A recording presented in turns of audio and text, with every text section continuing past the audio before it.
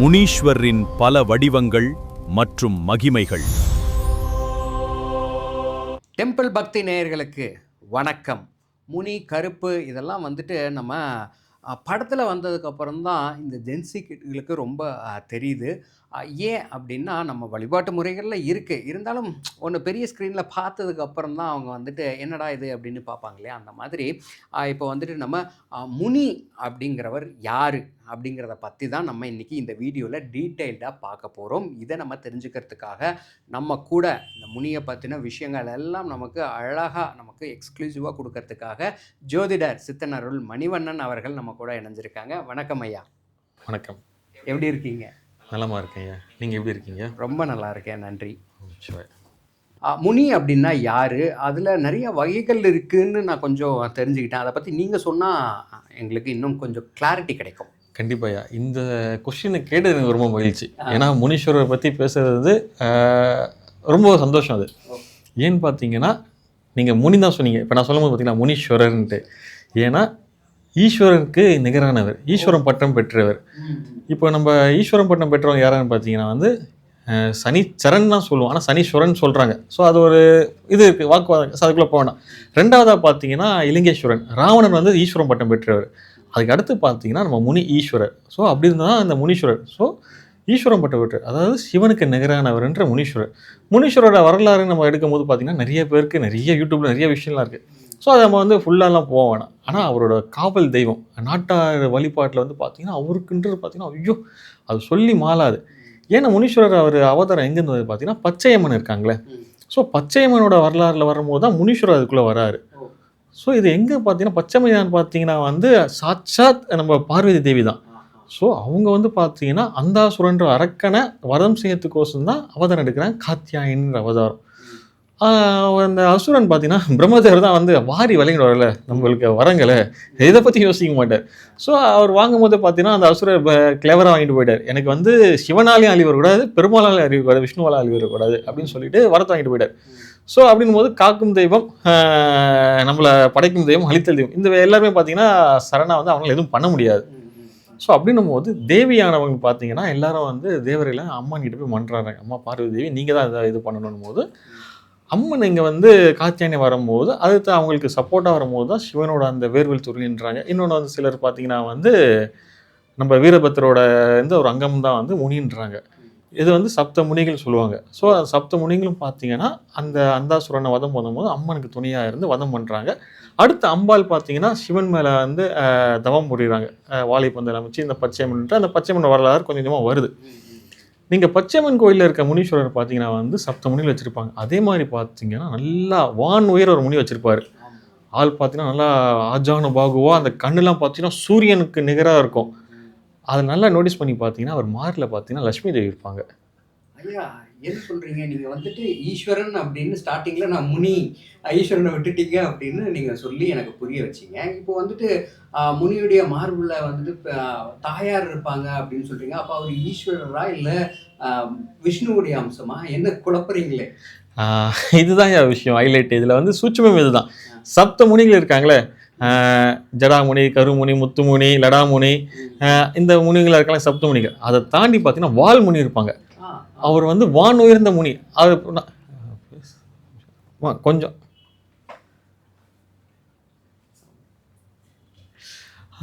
சப்த முனிகள் இருப்பாங்க. அதாவது பார்த்தீங்கன்னா சப்தமுனி பேர் மட்டும் எடுத்துறேன். அப்படியா, போதுமா? சப்தமுனிகள் இருப்பாங்க. சப்தமுனிகள் பக்கத்தில் பார்த்தீங்கன்னா நல்ல வான் உயர பார்த்தீங்கன்னா பச்சைமன் கோயிலில் குறிப்பாக அதை பார்க்கலாம். வால்முனி போட்டிருப்பாங்க. ஆனால் அவர் வால்முனி, வான்முனி, அதான் வான் உயரம் இருப்பார் அவர் முனி. அவர் பார்த்தீங்கன்னா கண்ணுலாம் சூரியன் மாதிரி பிரகாசமாக இருக்கும். அவர் காலில் பார்த்தீங்கன்னா அக்னி வீரரை போட்டு காலில் வதம் பண்ணிட்டு இருப்பார், பிடிச்சிட்டு இருப்பார். அந்த காலில் ஒரு பெரிய மண்டவோட ஒரு ஆள் உட்காந்துருப்பாங்க. அவர் காலை மடக்கி வச்சு கால் நீட்டி கையில் ஆயுதங்களும் இருப்பாங்க. ஆனால் அவர் மார்பை பார்த்தீங்கன்னா தாயார் இருப்பாங்க, லட்சுமி தேவி இருப்பாங்க. ஏன்னு பார்த்தீங்கன்னா பெருமாளோட அம்சம் தான் இந்த வால்முனி. ஸோ பச்சைமன் வரலாறு வரும்போது பார்த்தீங்கன்னா சப்தமுனிகள் ஈஸ்வரன் பட்டம் பெற்றவங்க, அதெல்லாம் சொன்னல. ஆனால் இந்த வால்முனி பார்த்தீங்கன்னா சாட்சாத் பெருமாளை பார்த்தீங்கன்னா முனீஸ்வரரை அங்கே அமர்ந்து உட்காந்துருக்காரு, தாயாரை மனசில் ஏந்திருக்காரு. ஏன்னு பார்த்தீங்கன்னா பச்சையம்மனை காவல் காக்க. ஸோ இவங்க காவல் தெய்வம்.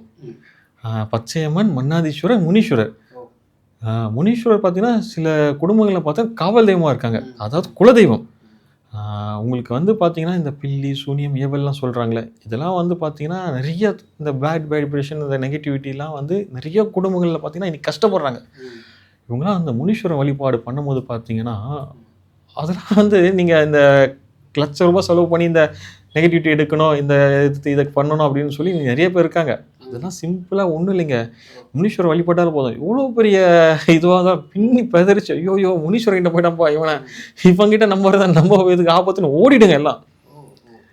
சரிங்கய்யா, முனி அவர்களை பற்றி சொன்னீங்க. அதாவது முனி ஈஸ்வரர், ஆமாம், அப்படிங்கிறத சேர்த்து சொல்லிட்டேன். அப்படிங்கிற அவரை பற்றி சொன்னீங்க. இப்போது வழிபாட்டு முறை, அவரை எப்படி நம்ம வழிபடணும்? ஏன்னா பில்லி சூனியம்லாம் அவரை பேரை கேட்டாவே போயிடும் அப்படிங்கிற மாதிரி விஷயங்களை பதிவு பண்ணீங்க.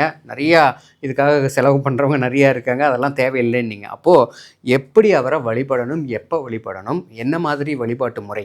ஐயா, இருக்கிறதுலே ரொம்ப எளிமையான வழிபாடு முறை இருக்குல்ல, ரொம்ப சாதாரணமாக ஒரு பாமர மக்கள் இருக்காங்களே அவங்களும் வழிபடலாம். கோடீஸ்வரன் இருக்காங்களே, பணம் இருக்கணும், அவனும் வழிபடுற முறையில் தான் இந்த முனீஸ்வரர் வழிபாடு இருக்குது. இப்போ சில தெய்வங்களுக்கு வழிபடணும்னா கம்பல்சரி இதெல்லாம் இருக்கணும், இந்த பதார்த்தம் இருக்கணும், இந்த பழங்கள் இருக்கணும், இந்த பூஜா விதி, அந்த மாதிரி நிறைய விஷயங்கள் இருக்குது. ஆனால் முனீஸ்வரனுக்கு அப்படி எதுவுமே இல்லைங்க. ரொம்ப சிம்பிளான வழிபாடு முறை தான். இப்போ நீங்கள் ஒரே ஒன்றும் இல்லை, இப்போ நீங்கள் வந்து முனீஸ்வரர் கோவிலுக்கு தான் போய் வழிபடணும், இல்லை அவருக்கு இருக்க அந்த சன்னதி தான் போய் வழிபடணும் அப்படின்னா எந்த ஒரு ரூல்ஸுமே கிடையாது. இப்போது சிலருக்கு பார்த்தீங்கன்னா வைங்களேன், முனீஸ்வரர் கோயில் வீடு பக்கத்தில் இருக்கும். ஸோ அதனால் வந்து அவங்க ஈஸியாக போய் சுவாமியை வந்து அங்கே வழிபடலாம். சிலருக்கு பார்த்தீங்கன்னா வந்து முனீஸ்வரர் கோயில் இருக்காது. இதில் இன்னும் குறிப்பாக சொல்ல போனால் பார்த்தீங்கன்னா, முனீஸ்வரர் வந்து நம்ம தமிழ்நாடு மட்டும் இல்லை, இந்தியா மட்டும் இல்லை, ஸ்ரீலங்கா ஆகட்டும், அதே மாதிரி பார்த்தீங்கன்னா நேபாளில் ஒரு சில பகுதியில் முனீஸ்வரர் வழிபாடு இருக்குது. அதே மாதிரி பார்த்தீங்கன்னா அந்தமான், அதை தாண்டி பார்க்கும்போது வந்து மலேசியா, சிங்கப்பூர், இந்தோனேஷியாலையும் பார்த்தீங்கன்னா அந்த முனீஸ்வரர் வழிபாடு பார்த்தீங்கன்னா அந்த உலகம் ஃபுல்லாகவே பரவி இருக்கு. அதாவது அந்த பேர் தான் மாறுபடும் தவிர அந்த வழிபாடு முறை ஒன்று தான். நீங்கள் முனீஸ்வரர் வழிபாடு ஒன்று பார்த்தீங்கன்னா ரொம்ப சிம்பிளுங்க. ஒரு பொரி, ஒரு கடலை, வெல்லம், அவல், இது போதுங்க. வாழைப்பழம், 2 வாழைப்பழம், இதை வச்சுட்டு சுருட்டு. முனீஸ்வரருக்கு ரொம்ப பிடிச்சமான ஒரு விஷயம் பார்த்தீங்கன்னா சுருட்டு. மெயினாக கம்பல்சரி சுருட்டு இருக்கணும். 2 சுருட்டு, விபூதி உருண்டை இருக்குது, அது இதை வச்சு நீங்கள் வழிபட்டாலே போதும். இது முனீஸ்வரனுக்கு ரொம்ப எளிமையான வழிபாடு முறை தான். இன்னும் சிலர் பார்த்தீங்கன்னா வந்து அசைவம் வந்து வீட்டில் யூஸ் பண்ணுவாங்க, சாப்பிடுவாங்க. ஸோ அப்படின்னும் போது அவங்க பார்த்தீங்கன்னா அசைவத்துக்கான ஒரு விஷயம் படையல் போடுவாங்க. ஸோ முனீஸ்வரர் பார்த்தீங்கன்னா சைவமாக நீங்கள் கும்பிட்டுக்கலாம், அசைவமாகவும் நீங்கள் கும்பிட்டுக்கலாம். ஸோ இதில் வந்து பாகுபாடே கிடையாது. சார் நான் வந்து விஷ்ணுவை கும்பிட்றவங்க, நாங்கள் அசைவம் சாப்பிட மாட்டோம். சார் நான் சிவனை கும்பிட்றோம், சைவம். இன்றைக்கி வந்து நிறைய பேர் சைவமாக இருக்காங்க, அசைவத்தை விட்டுட்டு. ஸோ அப்படின்னும் போது நான் முனீஸ்வரர் எப்படி சார் கும்பிட்றேன்னா, கவலையே வேண்டாங்க. முனீஸ்வரர் வந்து பார்த்தீங்கன்னா நீங்கள் அசைவமா, அவர் அசைவம், நீங்கள் சைவமா, நானும் சைவம். ஸோ அப்படின்னும் போது அவர் ரொம்ப ஜாலியான ஒரு பர்சனுங்க. பார்க்க தான் வந்து அவர் கம்பீரமாக போவார். ஐயோ, அவர் கூட நீங்கள் பேசினீங்கன்னாங்களே, பழகிட்டீங்கன்னாங்களே, அவ்வளோ வந்து ஹெல்ப் பண்ணுவாருங்க. என் அனுபவபூர்வமாக சொல்கிற விஷயம் வந்து பார்த்தீங்கன்னா, நண்பர் ஒருத்தர், அவர் வந்து ஒரு வீடு வந்து இன்னொரு வீட்டுக்கு ஷிஃப்ட் பண்ணி போகிறாரு.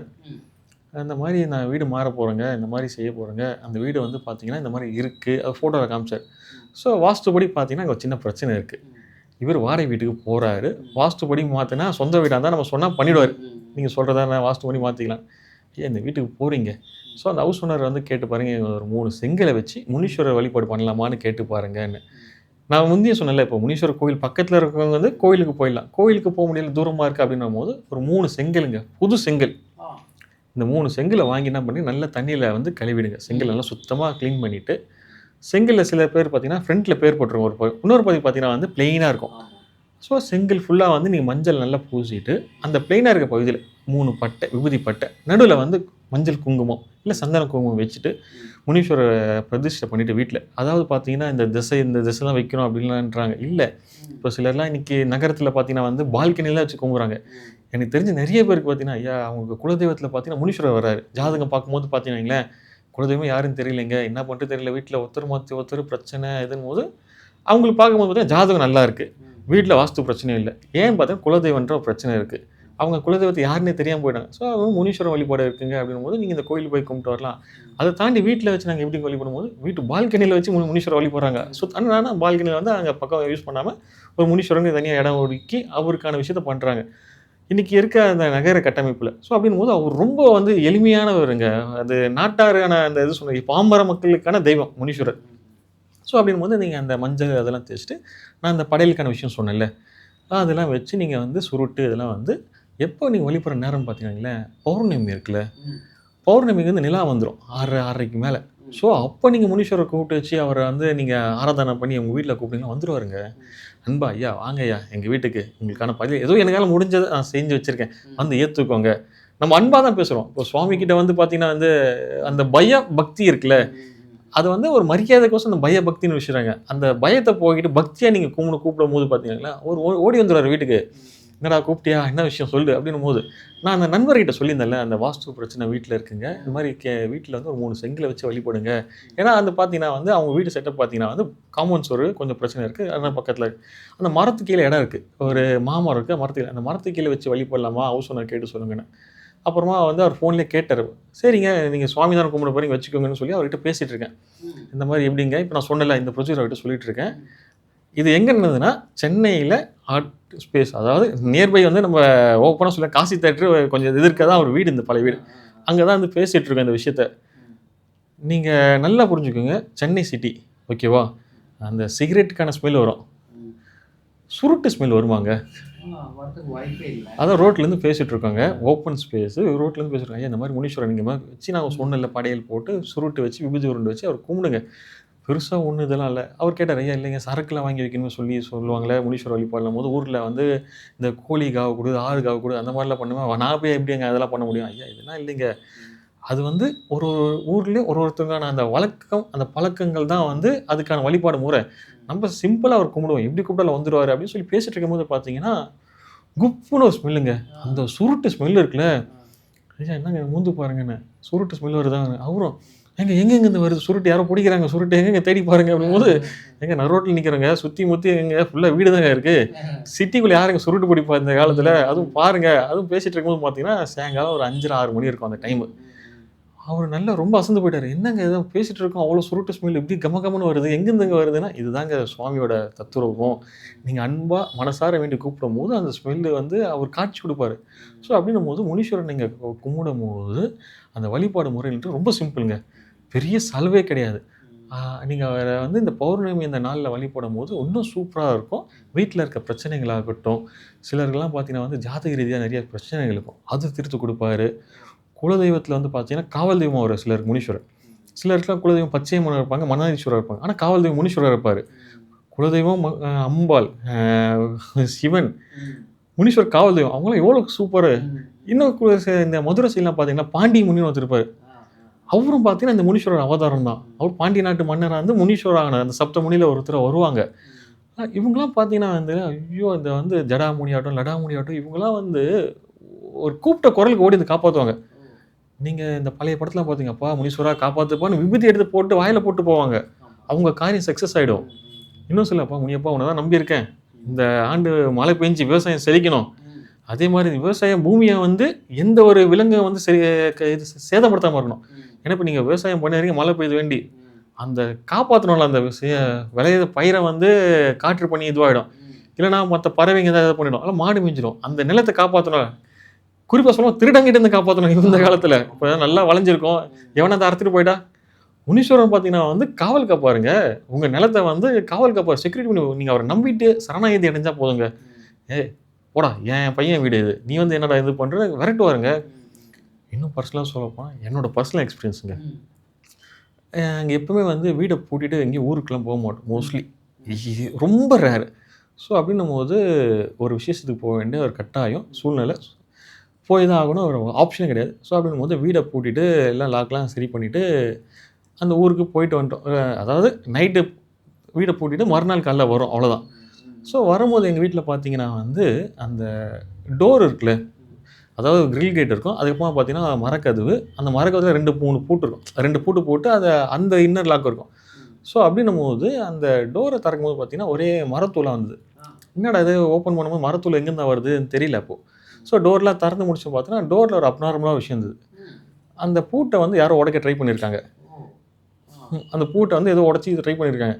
இன்னமும் சொல்ல போனால் இந்த இண்டிவிஜுவல்னால அந்த உடையத்துக்கான வெப்பன்ஸ் எல்லாமே பார்த்தீங்கன்னா வீட்டு பக்கத்தில் இருக்கும், சுற்றி அந்த திருப்பூலி எல்லாமே வந்து எக்யூப்டாக வீட்லேயே வச்சுருக்கோம் இருக்கும், அது டூல்ஸ் வைக்கிற இடத்துல அது எல்லாமே இருக்கும். ஸோ இன்னொரு விஷயம் பார்த்தீங்கன்னா, இந்த மாதிரி இதெல்லாம் இருக்குது, உடஞ்சிருக்கு. என்னடா இது வீடு யாரோ அட்டெம்ப்ட் பண்ணியிருக்காங்க திருடுறதுக்கு அப்படின்னும் போது பக்குன்னு ஆயிடுச்சு. என்னடா இதுக்கு முடியலையேன்னு. ஆனால் எங்கள் வீட்டை காப்பாற்றுறது முனீஸ்வரர் தான். ஏன்னா எங்கள் வீட்டில் வந்து பார்த்தீங்கன்னா, நான் சொன்னல அந்த செங்கல் 3 செங்கல் தான். எங்கள் வீட்டில் சின்ன இடம் தாங்க, ரொம்ப சின்ன இடம் தான். அந்த இடத்துல வந்து செடி இருக்கும். செடிக்கு நடுவில் இவர் வச்சுருக்கோம் 3 முனீஸ்வரர் கல். அந்த வழிபாடு முறை பார்த்தீங்கன்னா, பௌர்ணமி அவருக்கு வழிபாடு பண்ணுவோம். அதே மாதிரி நாள் கிழமையில் வந்து அவருக்கான அந்த தீபாரத்தனை காட்டி தண்ணி வைக்கிறது. சுவாமிக்கு வந்து பானகம் தான் ரொம்ப பிடிக்கும். முனீஸ்வரருக்கு வந்து நீங்கள் மஞ்சள் தண்ணி வைப்பாங்க சிலர் பானகம் வச்சா அது ரொம்ப அவருக்கு ரொம்ப இஷ்டமாக பிடிக்கும். ஸோ அப்படின்னும் போது அந்த பூட்டுக்கான உடைச்சி இதுவாக இருக்குது. இது பண்ணும்போது அப்புறமா வந்து அவர்கிட்ட தியானத்தில் கேட்கும்போது காப்பாற்றி கொடுத்தது அவர் தாங்க வீட்டை. இதெல்லாம் வந்து எங்களுக்கு சென்னை சிட்டியில் நடந்த விஷயம். ஓகேவா, எப்பயுமே திருடன்கிட்ட இருந்து வீட்டை காப்பாற்றி அது போயிருந்தா நான் பெரிய லாஸ் அது குடும்பத்தில். இல்லை நீங்கள் சொல்கிற ஒவ்வொரு அனுபவமும் கேட்க இது வந்து எனக்கு நடந்த பர்சனல் அனுபவத்தை தான் ஷேர் பண்ணுறேன் இது. ஸோ அப்படின்னும் போது நீங்கள் முனீஸ்வர வழிபாட்டுகளை போகும்போது பார்த்தீங்கன்னா, இது இவங்க தான் வழிபடணும், அவங்க தான் வழிபடணும் இல்லை.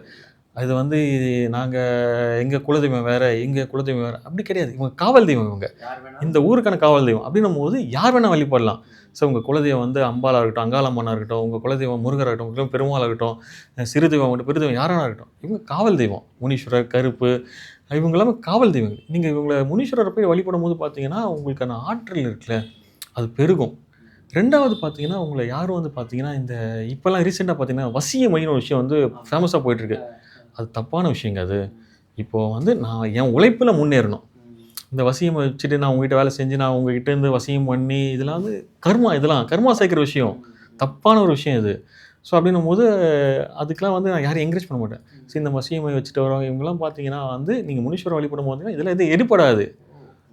சிலர்லாம் பார்த்தீங்கன்னா இன்றைக்கி வந்து பிஸ்னஸில் வந்து எனக்கு தெரிஞ்ச ஒரு ஃப்ரெண்டு ஒருத்தர், அவரோட ஃப்ரெண்டு வந்து பார்த்தீங்கன்னா திருப்பூரில் வந்து ஒரு பெரிய ஆள் அவர். ஸோ இந்த மாதிரி பிரச்சனை இருக்குது அவருக்கு, பிஸ்னஸ் நல்லா போயிருந்து திடீர்னு பார்த்தீங்கன்னா ஆஃபீஸில் ஒருத்தர் வந்து வேலை செஞ்சான். திடீர்னு பார்த்தீங்கன்னா அவன் எல்லாத்தையும் அவன் கண்ட்ரோல் எடுக்கிறான், இவரால் எதுவும் பண்ண முடியல அப்படின்னும் போது அவங்க ஃபேமிலி ஃப்ரெண்டு அவங்க மூலிமா அவங்க எதுவும் கேட்டாங்க.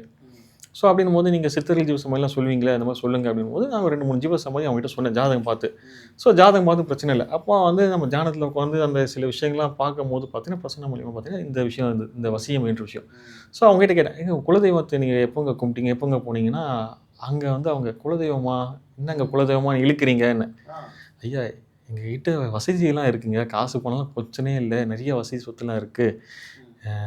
நாங்கள் எங்கள் கீழே பார்த்தீங்கன்னா ஒரு 150 பேர்கிட்ட சம்பளத்துக்கு வேலை செய்கிறாங்க. ஆனால் எங்கள் குலதெய்வம் யாருன்னு எங்களுக்கு இது வரைக்கும் தெரியலைங்க. ஏங்க உங்கள் முன்னோர் யாரும் சொல்லலையா, இல்லை உங்கள் அங்காளி பங்காளியில் யாரும் சொல்லலையா, நீங்கள் எங்கே போய் வழிபடுவீங்க நாள் கிழமை இதெல்லாம் என்னங்க பண்ணுவீங்கன்னா, நாங்கள் வந்து வேறு ஊர்லேருந்து இங்கே மைக்ரேட்டை வந்துட்டாங்க எங்கள் முன்னோர்கள் அப்படின்னும் போது அவங்க குலதெய்வம் பார்த்தீங்கன்னா ஒருத்தர் ஒரு சுவாமியை சொல்கிறாங்க. யார் எங்கள் குலதெய்வம்னு தெரியாமல் போச்சு. நான் அதுக்கு முன்னாடி பிரபலமான ஜோதிடர்கள் நிறைய பேர் குலதெய்வத்தை காமிச்சு தருவாங்க, அவங்களாம் சொல்லி கேட்டிருக்கோம். அங்கெல்லாம் போகணும். ஆனால் அங்கெல்லாம் போகும்போது பார்த்தீங்கன்னா இவங்க தெய்வத்தை சொல்லுவாங்க, அங்கே போவோம். அங்கே போனால் எங்களுக்கு ஏதோ ஒரு பிரச்சனை வந்ததுங்க, அது சரியாக மாட்டேது.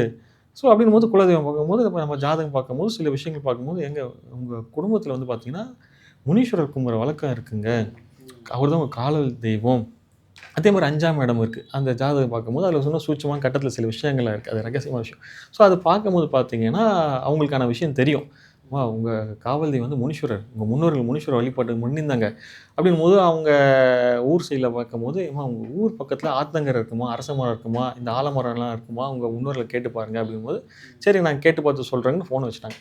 அப்புறம் திருப்பி ஃபோன் பண்ணி கேட்டேன், ஆமாம் அங்கே இந்த மாதிரி ஒரு விஷயம் இருக்குது, அப்புறம் கும்பிட்டு இருந்திருக்காங்களா, ஏதோ மரத்தை வச்சு வழிபாடு கும்பிட்டு இருந்திருக்காங்களா அப்படின்னும் போது சொல்லும் போது தான் இல்லைங்க உங்கள் குலதெய்வம் முனீஸ்வரர் தான், நீங்கள் முனீஸ்வரர் வழிபடுங்க இந்த பிரச்சனை சரியாயிடும். அவங்களுக்கு எப்படிங்க வழிபடுறது, ஏன்னா அவங்க மரத்தை கும்பிட்டுருங்க. முனீஸ்வரர் வந்து பார்த்தீங்கன்னா நான் சொன்னல செங்கல், நீங்கள் செங்கல்ல வச்சு வழிபடலாம், அதே மாதிரி மரத்தையும் நீங்கள் வந்து முனீஸ்வரராக பாவிச்சு வழிபடலாம். இன்னும் சொல்ல போனால் வந்து நீங்கள் சிற்பமாக வச்சு வழிபடலாம். அவருக்கு வந்து இதுதான் வந்து அந்த மோட் ஆஃப் அந்த ஸ்ட்ரக்சர் கிடையாது. நீங்கள் எதில் அவர் கூப்பிட்டு வச்சாலும் நீங்கள் ஆவணம் போடுறதாலும் வந்துடுவார் அவர் முனீஸ்வரர். அவ்வளோ ஜாலியான மனுஷன் அவர். ஸோ இந்த மாதிரி சொல்லும் போது என்னங்க பண்ணும்போது நான் அந்த செங்கல் உங்கள் வீட்டில் வந்து யாரும் வந்து நான் கொஞ்சம் சுத்தமான ஒரு இடம் அவருக்குன்னு ஒதுக்கி வைங்க, அந்த இடத்துல வந்து நீங்கள் 3 கல்லை வச்சு இந்த மாதிரி பண்ணுங்கம்மா அப்படின்னு சொல்லும்போது இந்த பௌர்ணமியில் பூஜை போட்டு இது பண்ணும்போது அந்த வசியன்ற விஷயம் சொன்னோம் பார்த்தீங்களா, அந்த ஆள் வேலையை விட்டு ஓடிட்டான். இவங்க சொல்லி முடித்தோன்னே இவங்க மறுநாளே பார்த்தீங்கன்னா பௌர்ணமிலாம் வாடகை என்னால் அவ்வளோ தாங்க முடியாது, பிரச்சனை தலைக்கு மேலே போதும், விட்டால் கம்பெனி கைவிட்டு போயிடும், இவர் என்ன பண்ண தெரியாத போது அவங்க வச்சு அந்த விஷயம் பண்ணும்போது அடுத்த சென்னைமே பார்த்தீங்கன்னா அந்த பூஜைலாம் அந்த சொல்லி முடிச்சுன்னா அவங்க ஏற்பாடுலாம் பண்ண முனீஸ்வரா காப்பாற்றுப்பான்னு சொல்லி சொன்னதான் சொல்லுங்க அப்புறம் வழிபடும். அதுக்கப்புறம் பார்த்தீங்கன்னா ஒன்று வந்து விஷயம் மாறுது. இன்னைக்கு நல்லா இருக்காங்க அவங்க. ஸோ அதுதாங்க விஷயம். நாங்கள் கூப்பிட்ட கிணத்துக்கு ஓடி வந்தார். ஈஸியாக ஒரு ஃப்ரெண்ட்லி மாதிரி ஃப்ரெண்ட்லி அப்ரோச்சா பயம் இல்லாமல் கும்பிடலாம். அது பார்க்க தாங்க அவர் ரொம்ப பயங்கரமாக இருப்பார். ஆக்சுவலாக அந்த சொல்லுவாங்கள்ல ஜாக் ஃப்ரூட் பலாப்பழம் பார்க்க தான் முரண்டாக இருக்கும் உள்ள, ஆனால் உள்ளே எடுத்து சாப்பிடும்போது அவ்வளோ தேனாக இருக்கும்ல, அந்த மாதிரி தான் சுவாமி அவர் முனீஸ்வரர். சரி, எனக்கு இன்னொரு டவுட்டுங்கய்யா. இப்போ வந்துட்டு முனீஸ்வரர் வந்துட்டு பௌர்ணமி நாளில் வழிபடணும் அப்படின்னு சொன்னீங்க. ஆனால் நான் கேள்விப்பட்ட வரைக்கும் அமாவாசையில் காவல் தெய்வங்களை வழிபடணும் அப்படின்னும் சொல்லுவாங்க இல்லையா? அது எப்படி, அதை பற்றி சொல்லுங்கள். ஸோ இது பௌர்ணமின்ற போது பார்த்தீங்கன்னா அவர் பெருமாள் அம்சம் சொன்னல, அந்த சந்திரனோட கனெக்ட் பண்ணி நான் அதை சொன்னது. ஸோ அமாவாசை பார்த்தீங்கன்னா நீங்கள் வந்து காவல் தெய்வத்தை வழிபடலாம், தப்பு கிடையாது. பவர்ஃபுல்லான நாள் இருக்குல்ல, அது பௌர்ணமி. ஸோ சந்திரன் வந்து பெருமாள் திருமால் அவரோட அம்சம் தான் போது பௌர்ணமியை வந்து கனெக்ட் ஆகுது. ஸோ நீங்கள் கருப்பு சுவாமி அவரோட இதுவாகட்டும், காளியாகட்டும், இவங்களாம் வந்து அமாவாசையில் நீங்கள் பூஜையில் வந்து இது பண்ணுவாங்க. இன்னும் சொல்ல போனால் பிரத்யேகங்கள்லாம் பார்த்தீங்கன்னா அமாவாசையில் மிளகாபிஷேகம் பண்ணுவாங்க. மாசாணியம்மன் கோயில் அமாவாசையில் அரைச்சி மஞ்சளை இது நம்ம மிளகா அரைச்சி இது பூஜை பண்ணுவாங்க. வாராகிக்கு மஞ்சள் அரைச்சி இது பண்ணுவாங்க. ஸோ அந்த மாதிரி வந்து பார்த்தீங்கன்னா காளி ஆகட்டும், உக்கிர தெய்வங்களுக்கு அமாவாசையில் வந்து விசேஷம் அந்த இது.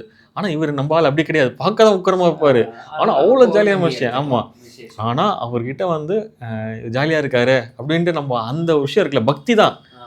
இவர் நம்ம என்ன கேட்டாலும் பண்ணி கொடுத்துறோம் அப்படி கிடையாது. அந்த பயம் பக்தி இருக்குல்ல, அதுதான் விஷயம். நீ நியாயமாக ஒரு விஷயம் கோரிக்கை கேட்டினா அவர் உடனே பண்ணி தருவார்.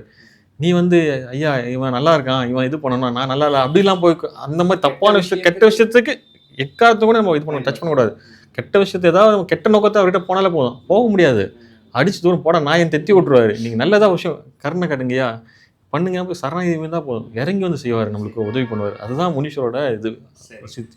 வழிபாட்டு முறை எப்படி அப்படின்னு சொன்னீங்க, பௌர்ணமியில் வழிபடணும்னு சொன்னீங்க. இன்னொன்று, இந்த முனீஸ்வரர்கள் அப்படின்னாவே இவங்களுக்கு வந்துட்டு இந்த ஆடி மாதத்துக்கும் இவங்களுக்கும் வந்துட்டு சம்பந்தம் இருக்குது அப்படின்னு சொல்கிறாங்க. அது எந்த வகையில் உண்மை, அது எப்படி அப்படிங்கிறத சொல்லுங்கள். முந்திய சொன்னால் பச்சையம்மன் கோயிலில் முனீஸ்வரர்களாக இருப்பாங்க. அதே மாதிரி சில அம்மன் கோயிலில் முனீஸ்வரர் காவல் தெய்வமாக வச்சுருப்பாங்க.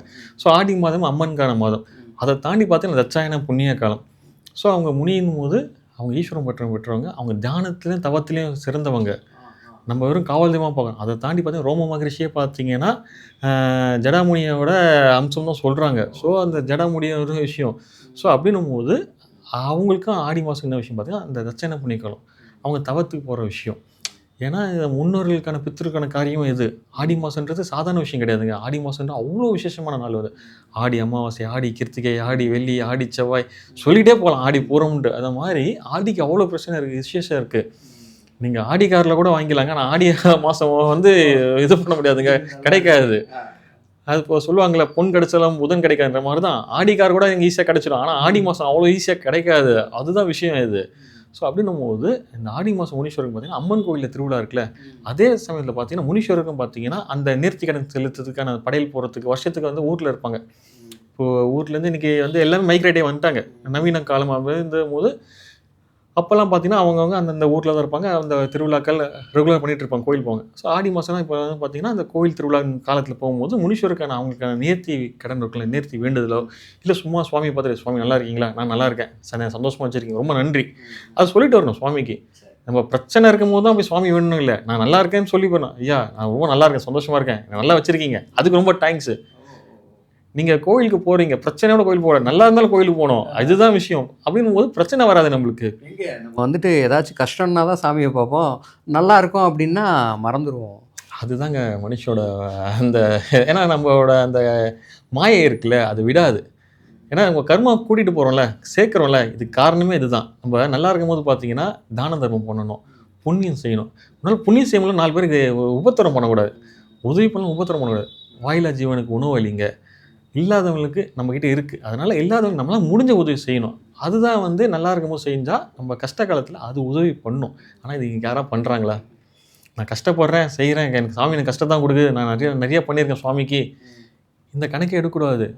சுவாமிக்கு நீ பண்ணுறது பக்தி, இது வந்து ஏதோ பிஸ்னஸ் கிடையாது. நான் உனக்கு அன்றைக்கி 10 ரூபா கொடுத்தேனே, ஏன் நீ தரமாட்டேன், இது வந்து சுவாமிகிட்டேருந்து வேண்டுதலே. வந்து என்னை பொறுத்த வரைக்கும் பார்த்தீங்கன்னா வேண்டுதலே நான் தப்பு தான் சொல்லுவேன். அது வந்து ஏதோ ஒரு பார்கெயின் பண்ணுற மாதிரி தான். நீ எனக்கு இது பண்ணி நான் அவனுக்கு இது பண்ணுறேன்.